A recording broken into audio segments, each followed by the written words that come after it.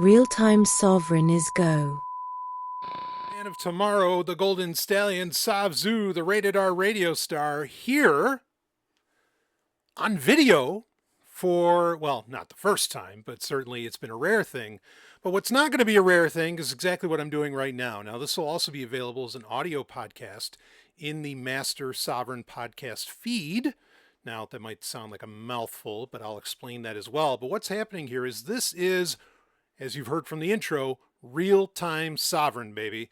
That means that, well, one, you're kind of getting me in a more real-time fashion, meaning it's not a show, it's not an episode I'm preparing necessarily for days and days or even maybe weeks, like some episodes of my larger podcast, Sovryn Tech, are. This is going to be far more stream of consciousness and, just where I come together with you almost every day. Now, it's going to be daily, I'll have daily media out in the Master SOVRYN podcast feed. And sometimes that'll be a major Sovryn Tech episode. Sometimes that'll be like an Into the Void that I'm doing with the guys over at the Agora podcast, or some other episode with them, or, some guest appearance on other shows, whatever that may end up looking like, or even some key re-releases or specials that I may be doing. But bottom line being, you are going to get daily content in that feed. Now, the main show that I do, of course, Sovryn Tech, that is now available in the Sovryn Tech AI feed, which you'll get an explanation around that in an upcoming episode of Sovryn Tech. But if you just want Sovryn Tech, and that's it, just that weekly show, that's the place to go. But otherwise, if you want everything and you want a daily conversation with me, even I might have guests on here. But again, all done very real time, not necessarily live, and I'm going to explain why that won't be the case. Some Sovryn Tech patrons already know the deal around that. But this daily content, having kind of lower production and having people on, again, it won't be live, but maybe in the future it will end up being live, because I don't plan on doing a ton of edits for this kind of content, and certainly not when I have guests on. Everybody, longtime listeners know how I feel about that. If someone's an idiot, I want them to sound like one. But if they're brilliant, which I would like to think the guests I'm bringing on are, I want you to hear that too, just how goddamn good they are. Just like me. Anyway, this is going to be a lot of fun, and I'm very excited about this.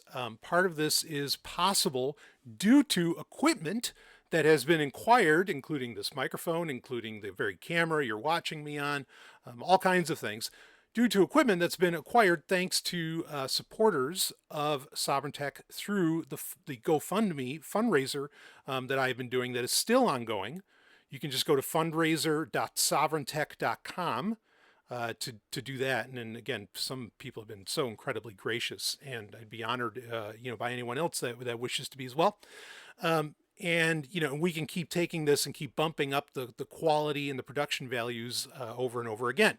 Or, we can amplify them, right? So anyway, I'm really excited to do this. This is something I've wanted to do for quite a while.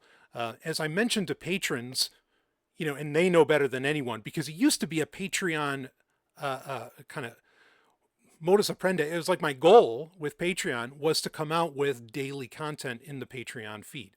Okay. And for more years than not, I was actually putting out in some form or fashion, whether it was a podcast or a write-up that I did, kind of a blog post style thing or newsletter or something like that.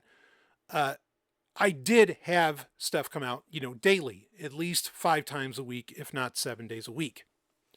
And, so again, I'm used to this, like this kind of cadence. I can do, okay, as long as, I have the time. And I'm certainly looking to make the time here because podcasting is the centrality of what I do. This is my quote unquote job. I like to think I'm very good at it. And I want to, ramp this back up now that for a lot of reasons, I think we have some excellent areas of focus. So what are going to be the areas of focus for real-time Sovryn though? Well, the areas of focus here could really be anything.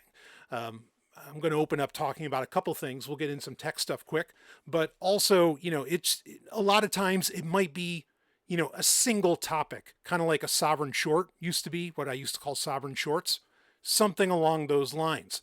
And, they can be anywhere from, 15 minutes to 45 minutes to an hour to who knows, maybe even longer, especially if we have guests on, and we're just riffing. It'll be, a great time that there's no reason to cut short on. So, unless our schedules, require it, obviously I'll be gracious to my guests, as I always am. But regardless, yeah, this is going to be, maybe one or two topics at points, but, there's usually a primary thrust to get into. I don't think it's necessarily going to be a Q&A style, though it might turn into that a bit. I do plan on doing live Q&As in the future, in the very near future, and these are going to be open to people, not just patrons, or at least they'll be accessible. I might do it. I'm still figuring out exactly how I want to go forward with that. But this should be accessible to a broader audience. But, I guess I'm not going to be doing Q&As on this just to close that loop, because the Q&A section is going to be a part of the main Sovryn Tech episodes going forward. And so there's also not going to be Q&As on Patreon anymore. But, your Patreon support, of course, means the world to me and has many times over kept the lights on, in a very real way, not only in the studio, but in my house.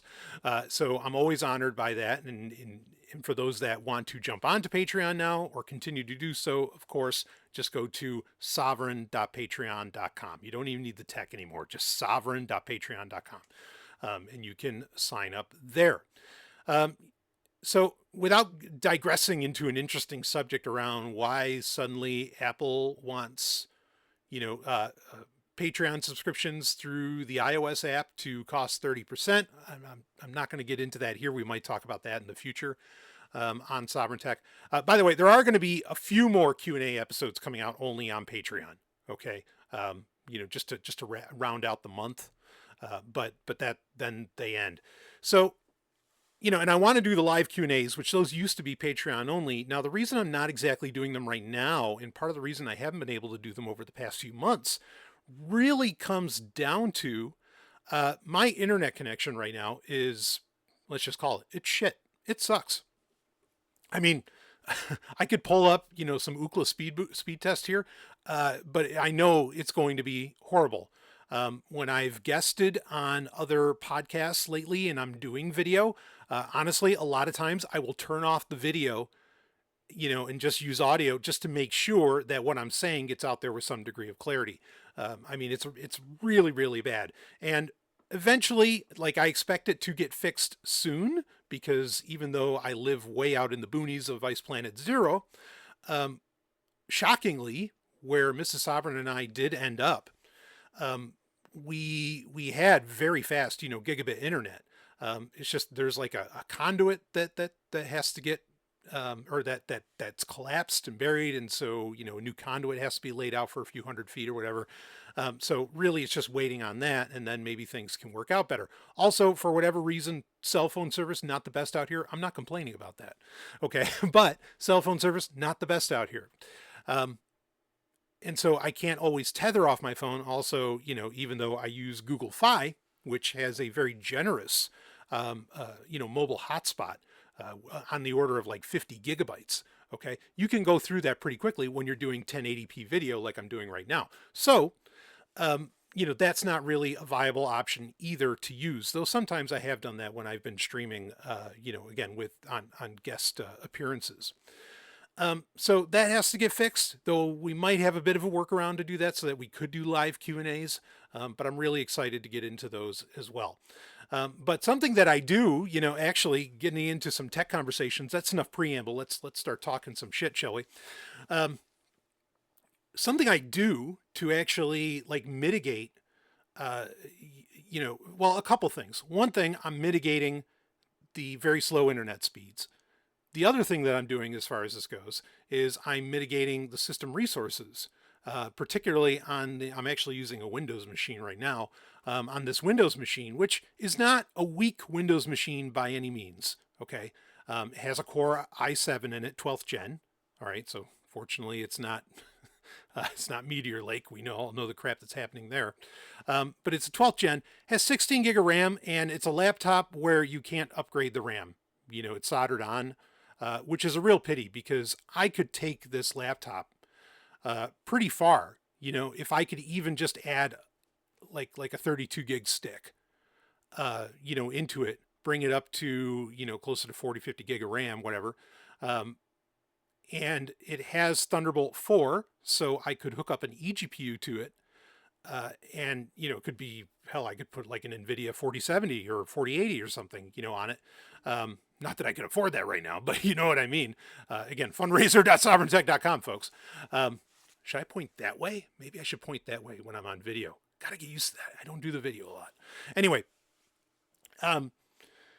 so, I could do that. And then with this it was a Deca core, right? 10 core. With this 10 core Core i7, I mean, it'd be a pretty solid machine, but 16 gig of RAM admittedly does limit it a little bit, even though I think that's still kind of like the break-even standard for, for a gaming laptop. Not that it's a gaming laptop. It also, the reason I'd connect an eGPU is it has, Intel Iris Xe, which isn't bad. I can play Age of Empires 2 and hopefully Age of Mythology Retold when that drops in September. Very excited about that. I could play those okay. Not with the best graphics, but that's okay. I don't need the greatest graphics. I just need the gameplay, right? And for it to be, smooth for the most part.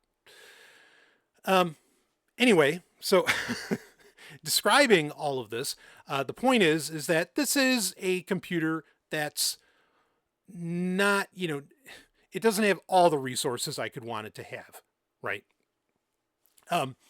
But, that's something that we're doing the fundraiser for, to be able to get a computer that can handle a lot more. Regardless, okay, so what I do is, you got to understand this, like the browser wars, as I've talked about on Sovryn Tech, the browser wars never really ended. Okay. I think most people feel like, oh, well, Google Chrome just won. Yeah, I think for most people, they just won, but that still is also changing. We're seeing, record growth in usage numbers of Safari, and it's not from iOS. It's Safari on macOS. Okay. Which I applaud. I've always said, if you're an Apple user, just fucking use Safari if you can. I know Safari there's certain features that it doesn't have. Not so great about ad blocking. It does weird shit with YouTube. I understand all of these things, which, by the way, this is on YouTube. And, I'll be sharing the link for this and for the YouTube channel. It'll be, in the show notes of the podcast feed. And, I am on Instagram as well, and I'll try and get it out that way. And of course, you can just go to nwo.red to find anything, that I do. That takes you right to, a page with all the links. Okay. Just a link tree page. Anyway, so with the browser wars in mind, again, a couple years ago, maybe 2-3 years ago, I guess now, because it would have been maybe 2021. I had recommended, saying like, what's the best browser to use today? And this was coming after very strange, honestly, political statements. And then also the layoffs that were going on by Mozilla at Mozilla. I had stopped recommending Firefox as like the browser to use. Now I didn't, and I was recommending the Brave browser at that point. Okay. I still think Brave browser is fantastic, but and this is going to be a larger subject that I get into either in another real-time Sovryn, or that I get into on a proper Sovryn Tech.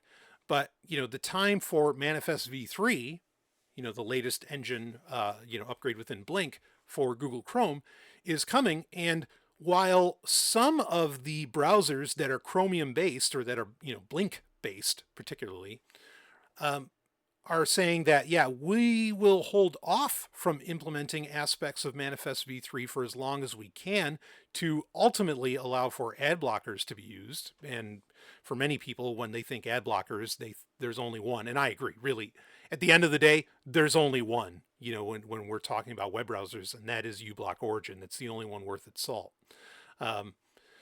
maybe I'll change my mind in the future when when some other company figures out some technological leap. But as it stands, I mean, uBlock Origin is just king and has been forever, and I've recommended it for over 10 years. But so Brave has come out, officially and said that, yeah, we're going to hold off on Manifest v3 for as long as we can, but down the road we might not be able to, not implement it because they rely on the work that Google does with the Chromium, Chromium code base. So with that in mind, like, I can't necessarily recommend Chromium-based web browsers anymore, ultimately, because you do lose ad blockers. And ad blockers, in my opinion, are absolutely fucking essential to, to using the internet in any meaningful way. I mean, even if, ethically, you're like, well, I don't mind seeing ads because I want the website to get paid. I mean, here's the thing. Even using Safari, I was on my iPhone earlier, and, as of the date that I'm recording this, we're just ahead of the Made by Google event, which is happening early in 2024, the Made by Google event of August 13th. I was on Android Police, a site I like to get news from and that I've used for many, many years on Sovryn Tech. And I was reading on Android Police, and holy hell, like, I couldn't, okay, I can deal with the ads being on there, right? And I won't necessarily go into what I was using, to see that. And you can say, well, don't use Safari, well, no slap nuts.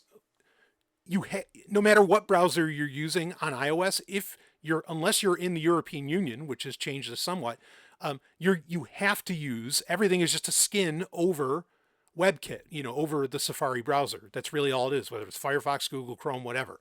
Okay, so I was using another browser on there, but it doesn't matter. You're ultimately, again, using WebKit or Safari, which, hey, I'm supportive of WebKit and Safari, like, if I didn't make that clear earlier. All right. But what, like, ads started popping up because I wasn't actually using Safari, which I have one blocker on there, but that, again, that only affects Safari. And so, I mean, yes, you can, if you use Edge or if you use, Opera GX or whatever, like, they have ad blockers built into them if you're using those. But this is one that didn't have an ad blocker. So even if I wanted to see the ads, anyway, all that disclaimer shit to get through. Okay, when I was just trying to read the story, all I was trying to do was read the fucking story. The ads would keep loading and popping up, and it would actually move the entire web page. It would, like, move the paragraph that I was reading, like, away from the screen. And I couldn't even read the story if I wanted to. Like, it's not that they were even in the way. It's that it caused the web page to constantly keep fucking moving. And I wasn't using look, all right, I'll tell you, like, I was using the Google app. I wasn't using some wacky ass, third party, web browser that has, like, bad coding or whatever. By no means. I was using an app that so many iPhone users use on the regular. And I mean, and the reason I had is because, I work in AI as well, and I have to test Gemini often. And I couldn't read the story because, again, it would just keep moving my place in the story. It would just pop up. Oh, it's fucking nuts. So even if you want to support the outlet that you're interested in, right? Even if you wanted to do that, you're not even going to be able to read the fucking story. What's the point of supporting an outlet that you can't even read the fucking story on your phone? Give me a break, right? Okay.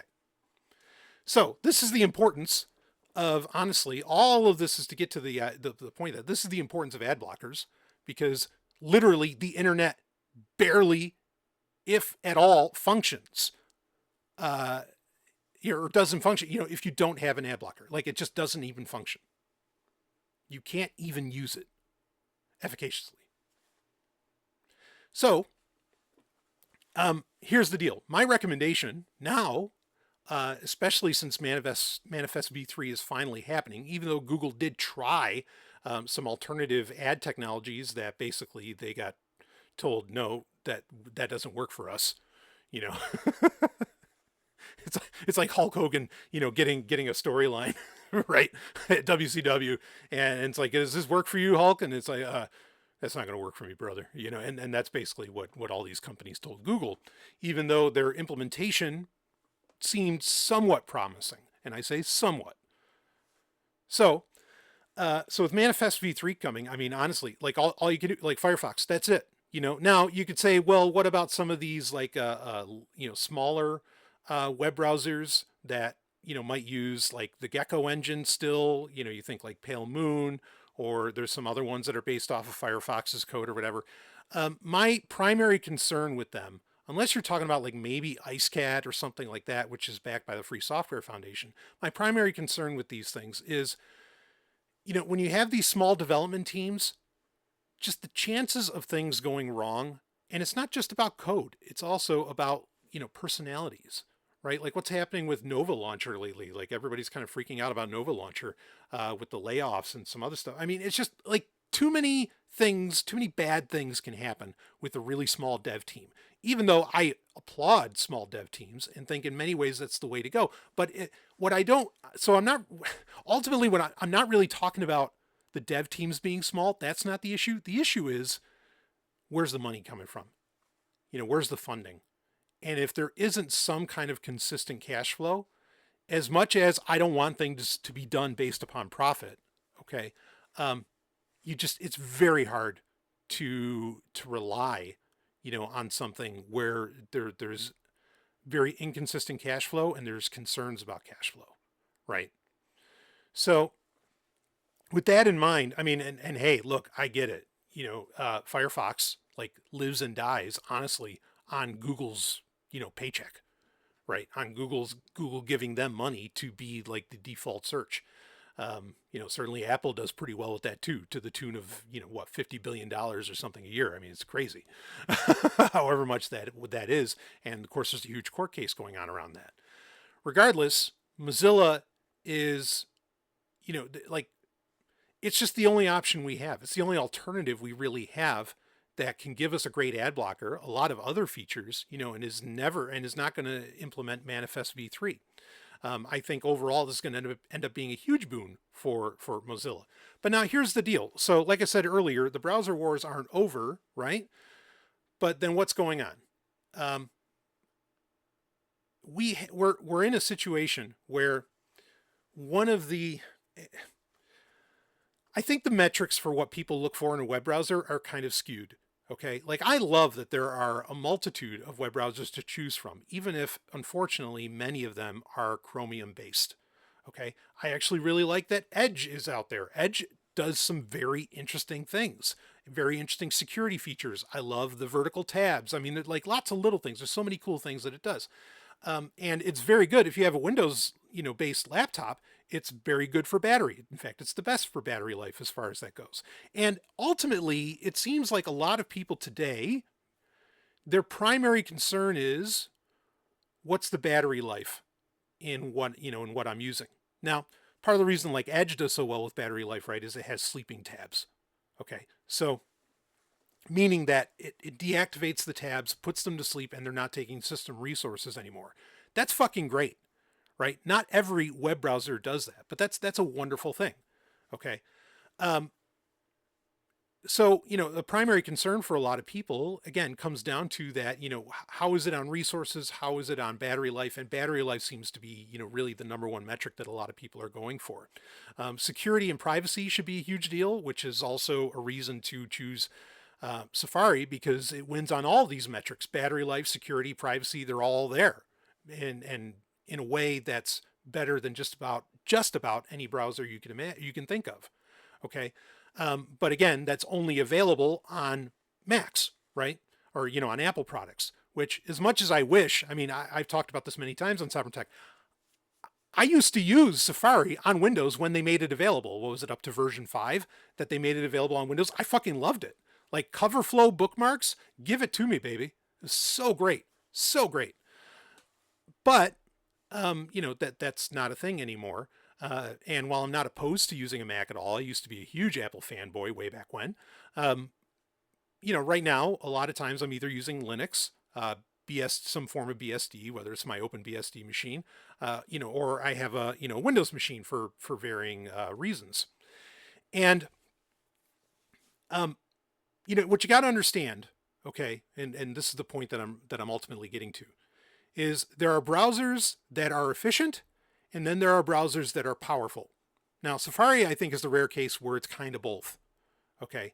But even then, it's not necessarily so extensible in the sense that makes it powerful. Okay. Um, and that's the problem, is that with the browser wars, I think a lot of people have lost sight of their browser being really powerful. And again, are primarily concerned with battery life and maybe, what extensions does it have, right? Which, speaks somewhat to the power, but not exactly the same. So I would argue that the two most powerful browsers out there would be Vivaldi, and power in the sense that for a power user, you have a lot, you can customize it to your wildest desires, right? So you have Vivaldi, and you have, Opera is pretty powerful in what it can do, especially Opera GX, because with Opera GX, you can actually control how much RAM does the browser take. I really, really like that. You can also, you can control its CPU usage. Again, that's only Opera GX. Okay. And I think that's awesome. That's another great option to go with. Brave is good. And like I said, look, Brave made the argument about Manifest v3 saying, look, yeah, we might not be able to support ad blockers in their present form in the near future, but we have Brave Shields, which is its own ad blocker and it's built into the browser, so you're fine anyway. And that's an okay argument to make. Even though I've seen Brave Shields break sites that are incredibly important to me. So I sweat that a little bit, even though, yes, you can turn the shields off. I get it. Just nothing has the whitelist features, really like that uBlock Origin has. It's so top notch. So, but this is, again, to get back to it, the point I'm ultimately making here is that Mozilla is, Firefox is not great on battery life. It's just not. Even on Android, it's not great on battery life. But it's not meant to be. It's a powerful web browser. And that's where, in my opinion, it wins. Okay. Like, I like that it's powerful. I like, of course, that it uses its own, rendering engine, just like Safari does, right? Safari uses WebKit instead of Blink, even though, Chrome used to be WebKit. But Firefox uses Gecko, or technically like Quantum, right? They changed it quite a few years ago. I really like that. And it's what allows us to continue to use uBlock Origin, because that's really what it comes down to, is that Mozilla Firefox allows for extensions that can do things that will effectively become impossible or close to impossible on Chromium-based web browsers. Okay, now uBlock Origin, Gorhill, he came right out and said that, the developer, he came right out and said that, yeah, we have uBlock Lite that you can use that does a lot of what uBlock Origin does. But this gets into other things like the EFF's, privacy badger. And, there's so many great privacy and security features that Firefox specifically allows for that Chromium just can't and just won't, especially with Manifest v3. So, my top recommendation now is Firefox. Here's the problem. So it's a powerful web browser, right? Well, it acts like one. And it kind of has, and all of this that I was saying is really getting to this point of something that I do to use less data, right? Because even just with my shitty internet here, even just an open tab can slow down, say, like an emergency download that I need to do, or could slow down my upload speeds or whatever. And believe me, there's plenty of times where I'm going into town, hanging out at Starbucks or whatever I have to do, to do these uploads. Okay. And downloads as well, because you know me, I fucking download. But that said, okay, when I'm at home, what I got to do, and I have to be very efficient. And you can set windows to like perform on a metered, say that it's a metered connection, and then it'll stop a lot of data stuff from happening, which is actually very nice, especially if you don't need a lot of Windows features. Like saying you're on a metered connection actually kills a lot of the nastier stuff within Windows, or particularly Windows 11, but Windows 10 has that feature as well. And I'm on Windows 11 24H2 right now on the latest. That 24H2 I don't even think has become fully public. Anybody can get it if you go through the steps, but it's not like in the it's not in the main channel for downloading for everyone yet. But I've been using it and haven't had any issues. Anyway, so the feature that Firefox it kind of has, but it doesn't give you like a really simple control feature to it, it does have the ability to put tabs to sleep, like I was talking about with Edge earlier. Now, this is great, especially if I have to have two web browsers open, right? Like a personal one and one for work. Okay. And a lot of times I'll have a bunch of tabs open for things that I will get to later. Like I said, if I have a bunch of downloads to do, I'll save the tabs and, I'll go to Starbucks and then I'll download them when I get there, right? But I don't want those taking up all the system resources. Also, we well know, and Firefox is actually, because it's a powerful browser by design, and it's a good thing, but we all know that, web browser tabs constantly read and write to the hard drive. Okay, and if you're constantly running an ass ton of tabs, that's going to kill your hard drive, right? So, you can kind of expect that, and it can actually kill your hard drive early, as much as SSDs have gotten a lot more resilient, over the past few years. Okay. But you can actually just type in, Firefox does have a built-in feature called tab unloading. Okay. And you can just type in about, which is the command, type this into the address bar on Firefox. You can just type in about, colon, / unloads. And then a page will come up, and that page will actually show you, all of your tabs that are awake at that moment, that haven't been, quote unquote, what Firefox calls unloaded. And then you can choose to unload those. The problem is, at least as far as I can tell, okay, like I can't control which ones I actually want to unload. You can unload them one by one. I think what I'd have to do is reorder them in the top tab bar to make, number one, number two, and in the order of which I'd want to unload them. But generally, if I'm unloading tabs, I'm usually unloading like all of them, and I'm just letting a download go, or I'm using another web browser, say for work, to get all of that done. But it's a really useful feature, admittedly. A super handy feature, right? And one that, even if you're not in my situation where your internet is horrible, it also saves system resources, and particularly your hard drive. Which I think is really, really key. I mean, there is nothing worse in the computer world than when your hard drive dies. And I've had that. Oh man, I've had life-changing scenarios. One in particular I can think of where a hard drive died, and there was some really important stuff on that hard drive. Let's just put it that way, and it set me back a lot. And I even sent it off to varying hard drive repair companies, and like none of them could fix it. It was an SSD, and just nobody could fix it. So, saving your hard drive, saving those read writes, again, SSDs are getting great, especially with like the Gen 5s coming out. Gen 4 is really solid. But Gen 5, M.2 SSDs and whatever, again, way better than they used to be, but still far from perfect. So, something to keep in mind with that tab unloader. Okay, now, the other thing I wanted to talk about here.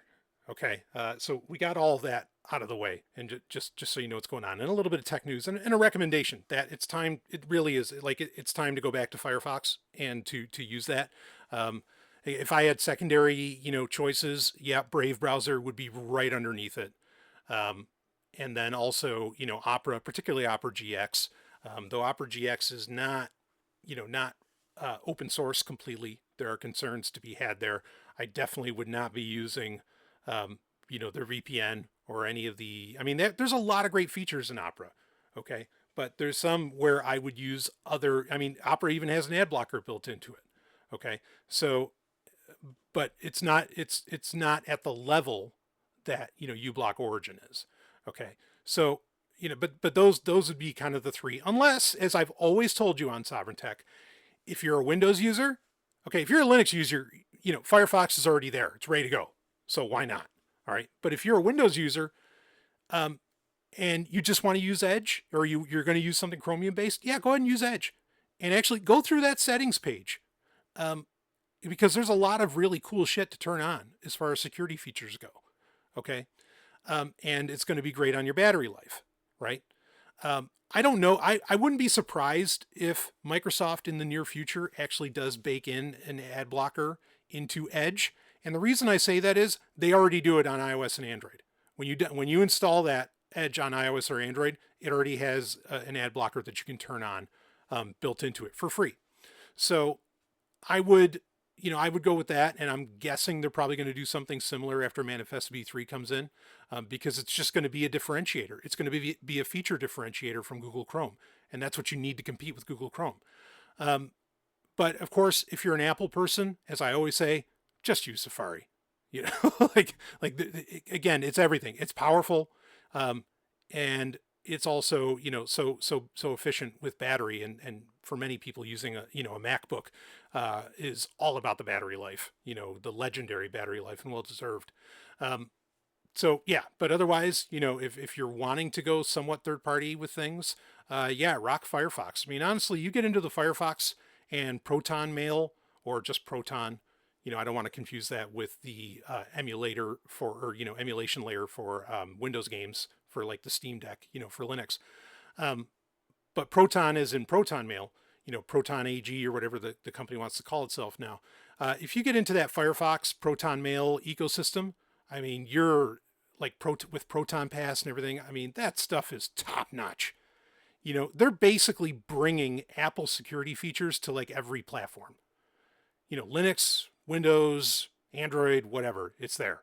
And of course, Firefox, to speak on that quick, also Firefox on Android has uBlock Origin as one of the optional extensions. I've always recommended using Firefox on Android for a ton of reasons, but that's certainly a good one. Anyway, so let's get into the main thing, the thing that I actually really wanted to talk about. There was a recent episode of a podcast that I used to listen to quite a bit. I stopped listening to them a few years ago, and I think I had forgotten why. I was switching back to, as a podcaster, as I am, and someone who pays very close attention to the podcast industry, which many podcasters don't. All right. I'm constantly testing like other podcast platforms, like Spotify, like Apple Podcasts, of course, which is probably the biggest platform-wise anyway. And of course, Pocket Casts, which I've used forever. And I was recently switching over back to Pocket Casts away from Apple Podcasts as like my primary podcast listening platform. And I have so many podcasts, saved in that, from over the years, from the past over a decade. Okay. That, and some of which I didn't, implement into Apple Podcasts because I don't really listen to them anymore. Anyway, whatever podcast app I'm using to listen to things, and sometimes even ones that I don't, I always, set it to give me notifications of when a new episode comes out for all the shows. Now you can be particular, like which shows do you want to, but I like to get them for all of them. Okay. And it's just a personal preference.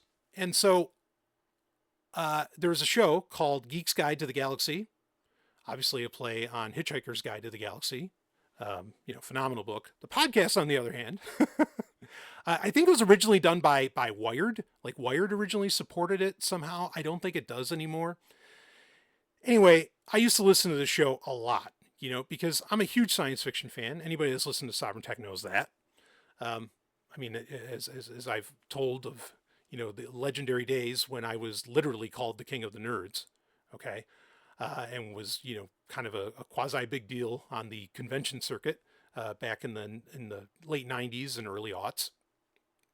I'm a huge science fiction fan, always have been. Like, it's just Star Trek and the original Battlestar Galactica, thank you, among others, have just always been a core part of my life, like fucking core.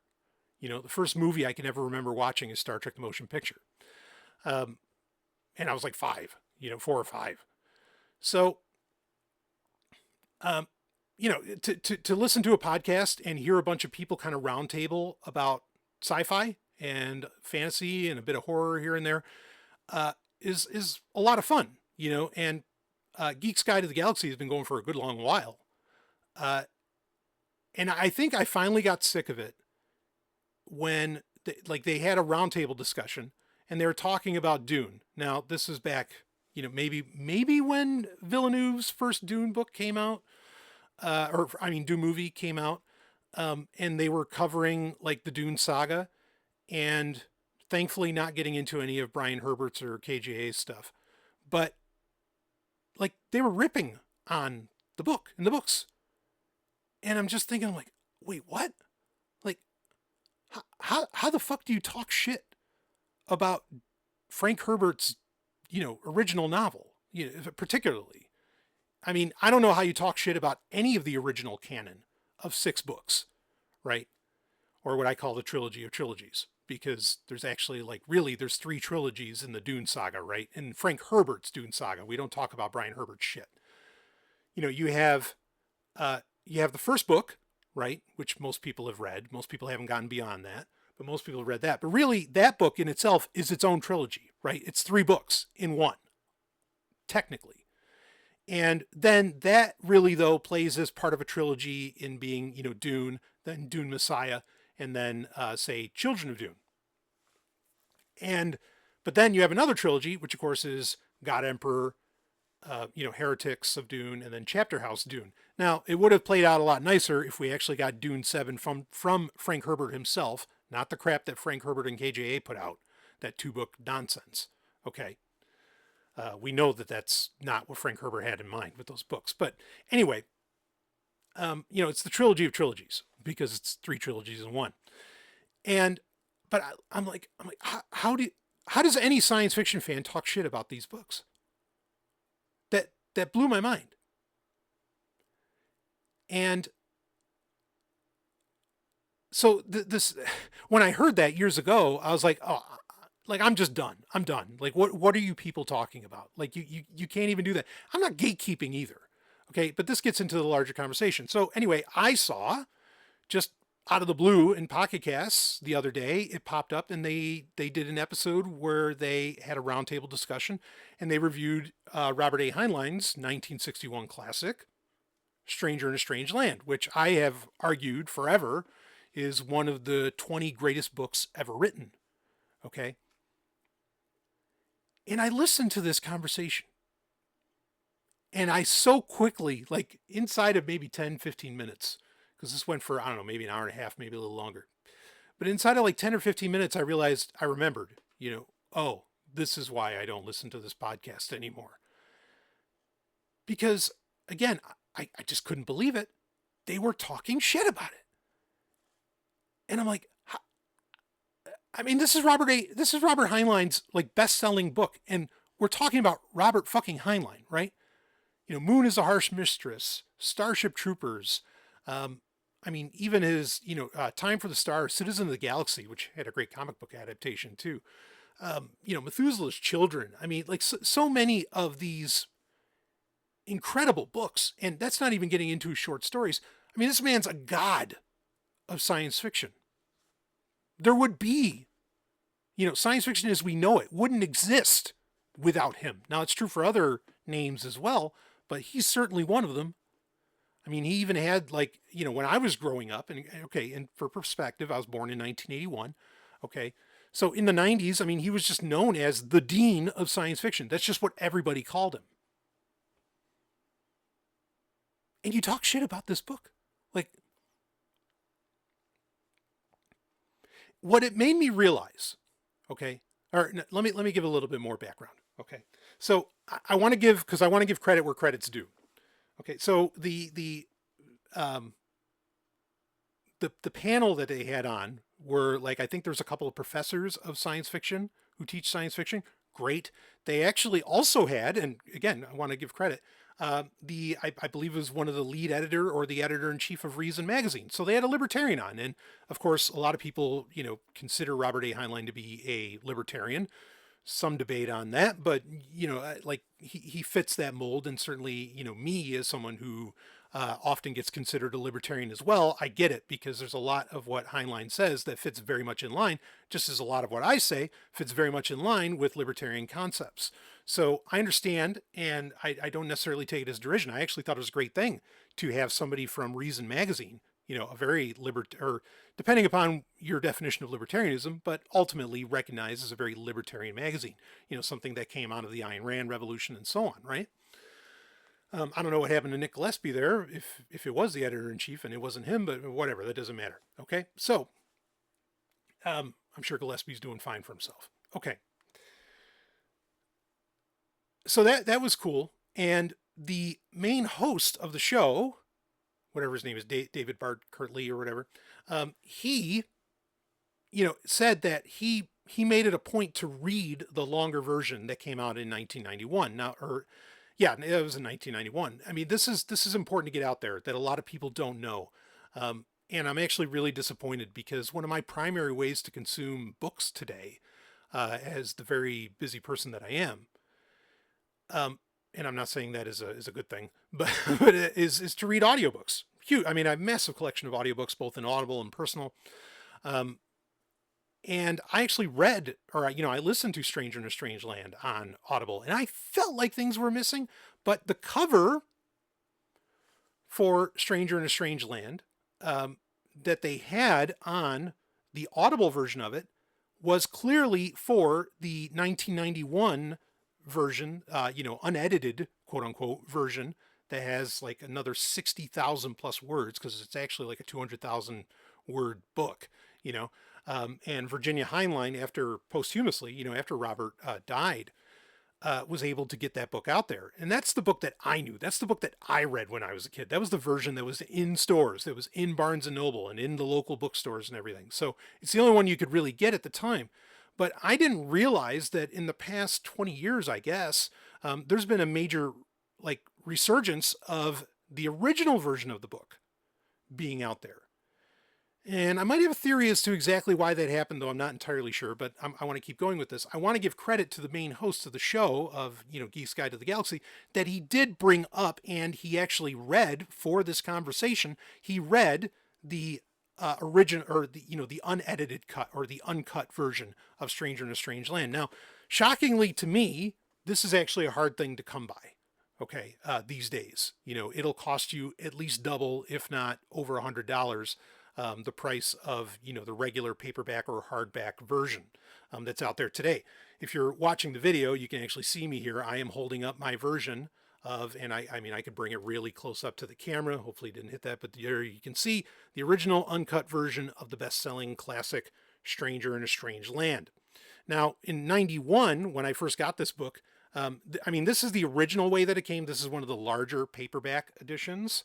But they did end up coming out with what you would call a mass market paperback, which is a smaller, though very thick, looks like a Bible, which is the way that I originally bought it. And it has on the side, it has that same cover with, Valentine Michael Smith underwater, getting the kiss from the gal and all this, very nice cover. On the right-hand side, it would have it, maybe in the video, I'll have it pop up here. That way. I got to learn where to point. Okay. It has, Robert A. Heinlein's signature in gold on the side. And, that's the cover that you actually see on the Audible version of it. But again, the version on Audible is not the uncut version. It's the original 1961 version. Some people seem to prefer that. And after listening to this conversation on Geek's Guide to the Galaxy, I think I have some understanding perhaps why. Because it has a lot less exposition, a lot less philosophy, a lot less ideology than the uncut version does. Problem is, I like that. I like the philosophy. I like the ideology. I want to hear what Robert Heinlein thinks, whether I agree with him or not. And believe me, there are plenty of places where I disagree with Robert Heinlein.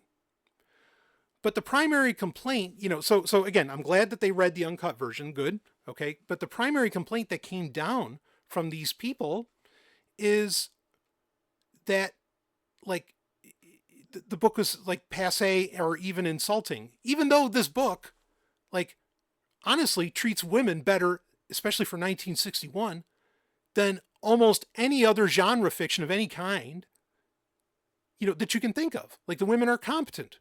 The women, the women face down danger. They don't hide from it. Their primary problem seemed to be is what they considered to be the creation of a cult in the, back half of Stranger in a Strange Land. And they're bringing up the conversation that they feel like, because Heinlein said it took him, years and years and years to write this, that he'd kind of go back and forth on it, that maybe he wrote the first half of it because that feels more like a traditional sci-fi novel. Maybe he wrote that earlier on in his life when he was a more traditional science fiction author, whatever the hell that means. The guy fucking invented the genre practically, along with Asimov, Bradbury, and others. Okay. I know there were people before them. Believe me, I know. I know. You know who you're talking to or who you're listening to. But regardless, okay. But that in his later years, his later books, just it seems like he went crazy or something, and they're asinine. I mean, I just this stunned me to hear this stuff. But their critiques seem to be, they didn't like that it basically the back half of the book turns into this like sex cult, and you find out that Valentine Michael Smith basically has the powers of like 7 X-Men. And I'm like, no, we're talking about a time of massive sexual repression. Again, this was 61.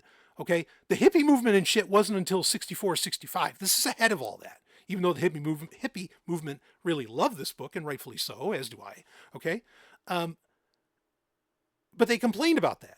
I think without understanding its context, the thing is, we're existing in a time today in 2024 where that sexual repression really appears to be coming back. And don't tell me it isn't, because, while yes, it's in your face, at the same time, the war drums are sounding to basically put, sex back in the bottle, right?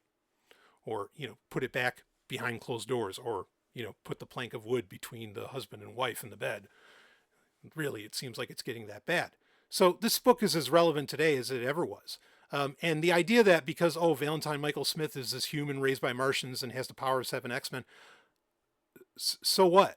Like the powers that he has are completely in line, as well as the concentration on sexuality, like fits in with basically any esoteric or mystical school of thought that has come around for the past 2,000 plus years. And I say plus.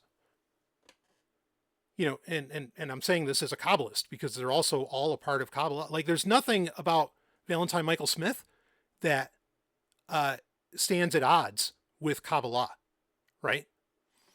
So, I was completely fucking baffled by these comments.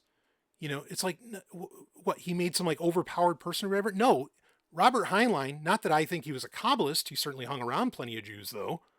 Okay. But not that I think he was any kind of Kabbalist, but he was basically just putting in every, all the mystical shit from the Rosicrucians to whoever, that the OTO, you take your pick. I mean, Golden Dawn, and was, putting them into this character. And there's nothing crazy about that.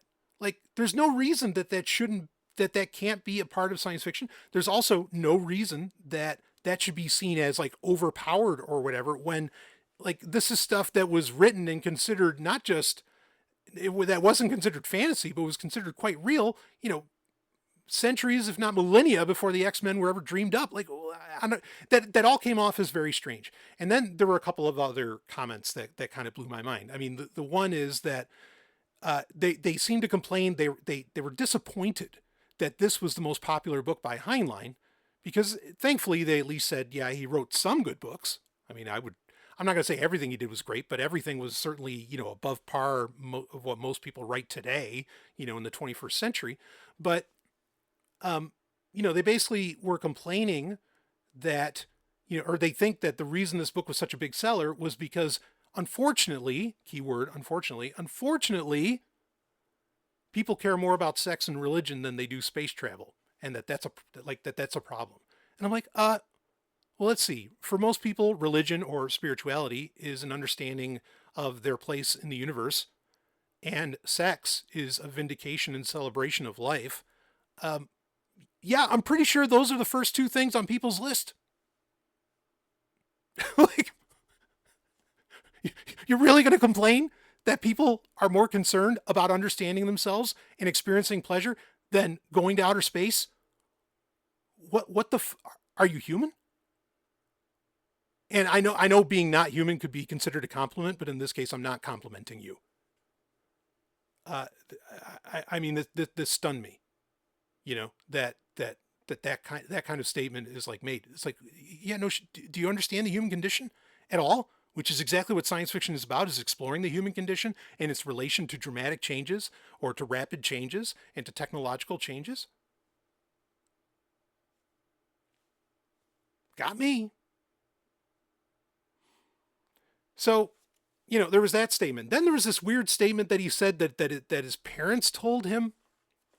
This is the main host, that his parents told him that, and I'm sure he's a great guy. I like that he's very, shall we say, kind of progressive and whatever. And like, I don't mean to throw shade like that. But then there was this statement apparently that it was common to say back in the day, decades ago, whatever. And this guy is probably around my age, maybe a little younger. I don't know, maybe a little older. But it was common to say that, well, there are Robert Heinlein fans, and then there are Stranger in a Strange Land fans, and the two don't meet. The two don't mix. And I heard that, I'm like, who says that? Like, that's got to be such a fucking minority view. I mean, you got to understand. And this is kind of what I wanted to talk about is really just this realization that I had that. And I don't understand it. I mean, I still don't, like, I get it. But I still, at the same time, don't really understand it. Okay. But this realization that I had that let me back it up. In the 90s, okay. Like when I was suddenly getting to the point, I mean, I'm in third grade, I'm reading like the Thrawn trilogy from Star Wars, by Timothy Zahn. So I was reading big books forever. Okay. But like when I was really getting into where I was like seeking out books and it wasn't just something getting picked up off the, the aisle at Price Chopper or something, going to the library or whatever. Like the librarian, when I said, look, I like science fiction and I want to read science fiction. I remember having this conversation and they instantly recommended to me Robert Heinlein, Isaac Asimov, Ray Bradbury, and I could keep listing off names, and I'm probably going to list off quite a few more. Okay, A.E. Van Vogt. That's how I fucking found out about A.E. Van Vogt. Fucking phenomenal. They would honestly even recommend L. Ron Hubbard. It's when I got to read Battlefield Earth, which was, say what you want about, and there's plenty to say about L. Ron Hubbard. Okay, say what you want about him though, but Battlefield Earth is a kick-ass book, kick-ass fucking novel, huge. Okay, not terrible movie, one of the worst movies ever made, but book, oh, insane, incredible, bang for buck. I mean, you get 200,000 words. Are you kidding me? You get like 1 million words for like $7. Oh, amazing. So, but when I asked the librarian, I mean, these are the names that were getting listed off to me. Now understand, this is the early 90s.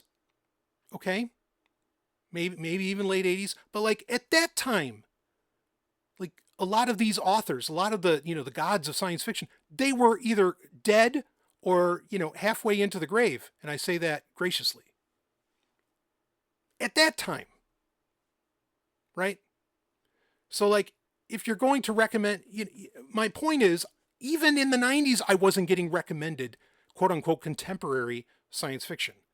Okay. I mean, yeah, Dan Simmons would come up, William Gibson would kind of come up at that point. Octavia Butler, and some others. But in general, like, no, the conversation was, if you're getting into science fiction, here's where you fucking start. And Bob Heinlein was one of the places you started. Okay. And you started with all the classics. You started with all the greats. When I started going to science fiction conventions and I got to hang out with some of these gods, getting to hang out with the Greg Bears, Gregory Benfords, Harlan Ellison, who got to be, hero. And I got to, become, close with, go down the list. Okay. They're telling you, yeah, you're going to read Frank Herbert. You're going to read, you know what I mean? Like no one was really recommending, the contemporary people to me. And you could say, well, that sucks because then contemporary authors are never going to break in. Yeah, at the time, like Arthur C. Clarke was still coming out with Ranma books. He was still coming out with, books in the Odyssey series, right? Like, 3001 and whatever else. but Robert Silverberg was still like trying to bring those people in with the year in science fiction and all of that. Um, but this is my point. Like even then, when many of these people had been long gone, the recommendations were when you start reading science fiction, you start reading Asimov, Heinlein, Bradbury, go down the list. Today, it seems that all of these guys are considered has-beens. I mean, the way that they get talked about, sure, this is just one podcast, but the way that they get talked about, it's like, oh yeah, they're just products of their time and they're, blah, blah, blah. And like, I would not recommend, like the statement was literally made on this podcast. No, I would not recommend to people to read Stranger in a Strange Land. And I'm just, what? It's like, it's like Butthead saying to Beavis, no, I'm not going to tell you to settle down this time, Beavis, like, go get him. I mean, speechless. So I guess today there are people who, really do, they like, I guess they just read contemporary science fiction authors. And admittedly, like, I don't know a ton of them. Okay. I really don't. I mean, there's some names I've heard of who become kind of breakthrough successes outside of like the Kindle sphere, like think like A.G. Riddle or whatever. But to my mind, and I'm 40, how old am I now? 43. I'm 43 now. To my mind, like still science fiction really is still, Bradbury, Asimov, Heinlein, Clarke, Damon Knight, Robert Silverberg, William Gibson, yes, Octavia Butler, yes, Dan Simmons, absolutely. Tad Williams, and some of this stuff gets into the fantasy realm as well, I understand. Okay. But Frank Herbert, Roger Zelazny. I mean, I could, like the amount of names I could fucking list off to you. I mentioned Greg Bear, Gregory Benford, Werner Vinge, Lucifer's Hammer. Unfortunately, his name is escaping me right now. But, even like the Honorverse, right, from Drake, David Brin, I could just keep on going. But like none of those stories in any, and I think about all the works that these guys have put out. Some of these people have published 50 plus books, and I think about their stories. None of them feel antiquated. I guess maybe we could look at some of them and where the women aren't treated exactly as respectfully, but a lot of them still were. A.E. Van Vogt, I thought was well ahead of the curve. There are just so many, there were so many authors who have been dead for 40 years, but like their works, we don't live in their worlds. And so how could their works be, you know what I mean by that? I mean that we don't live in those futuristic societies. We don't live with their, alien ideologies and whatever else.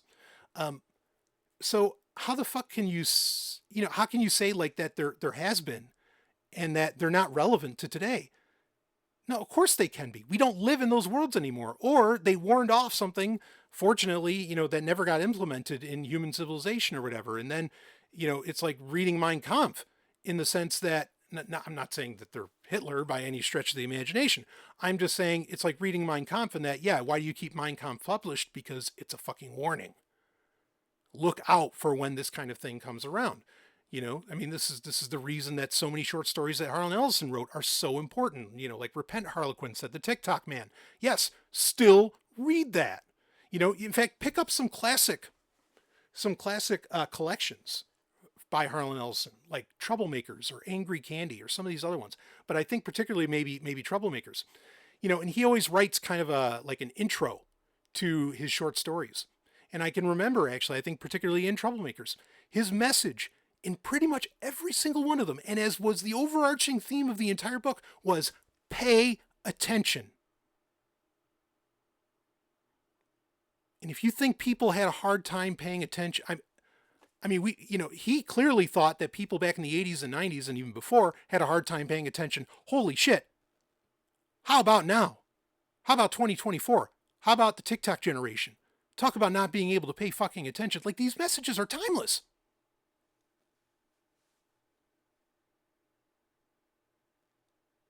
My point overall, two things. One, if somebody came to me and said, hey, Stallion, I want to start reading science fiction, where do I begin? I honestly, I might even say Stranger in a Strange Land. I'd probably say Dune, but I might even say Stranger in a Strange Land because it's accessible. But not only is it accessible, but it's about the very thing that, in my opinion, is at the heart of great science fiction, and that is the evolution of the human species. Bringing us to the next level where we become more empathetic and loving and better people.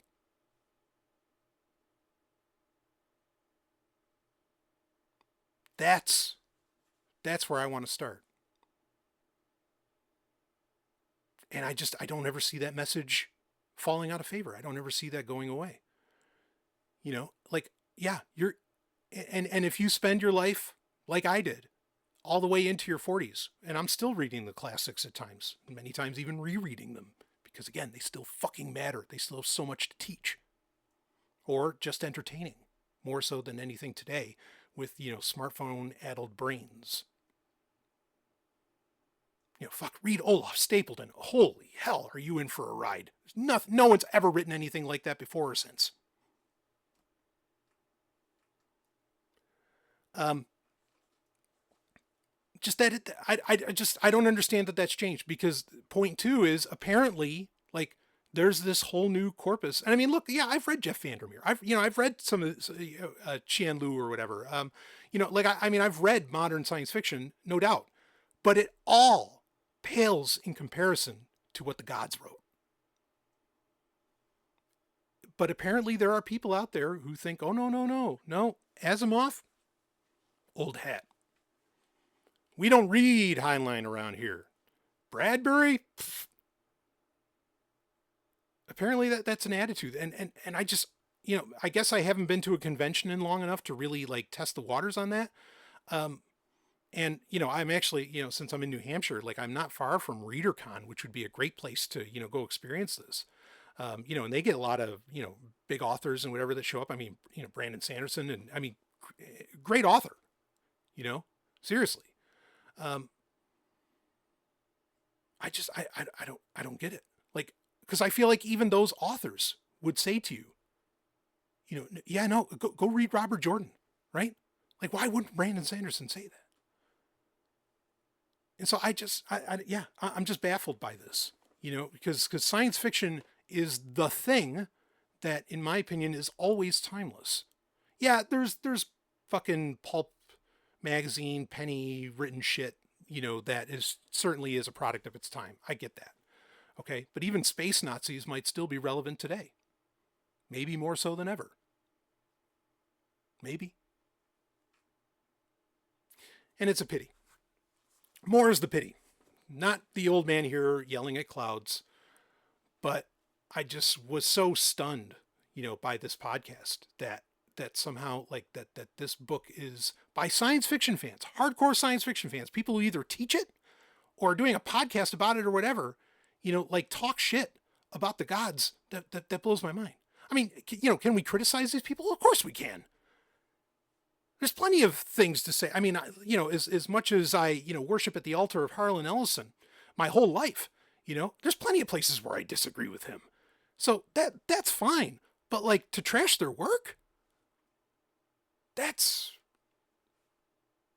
something about that is a little off. But then so much is off in 2024. I'll wrap up this real-time Sovryn with that. Let me know your thoughts in the comments. If you're listening to this on Spotify, actually, you have a comments section where you can put your comments there. If you're watching and listening to this on YouTube, of course, get your comments there. And anywhere else that adds comments into the future, please, by all means, get them in. I guarantee you, I read them all. And as I've been saying for well over a decade, I'll see all of you, on the other side.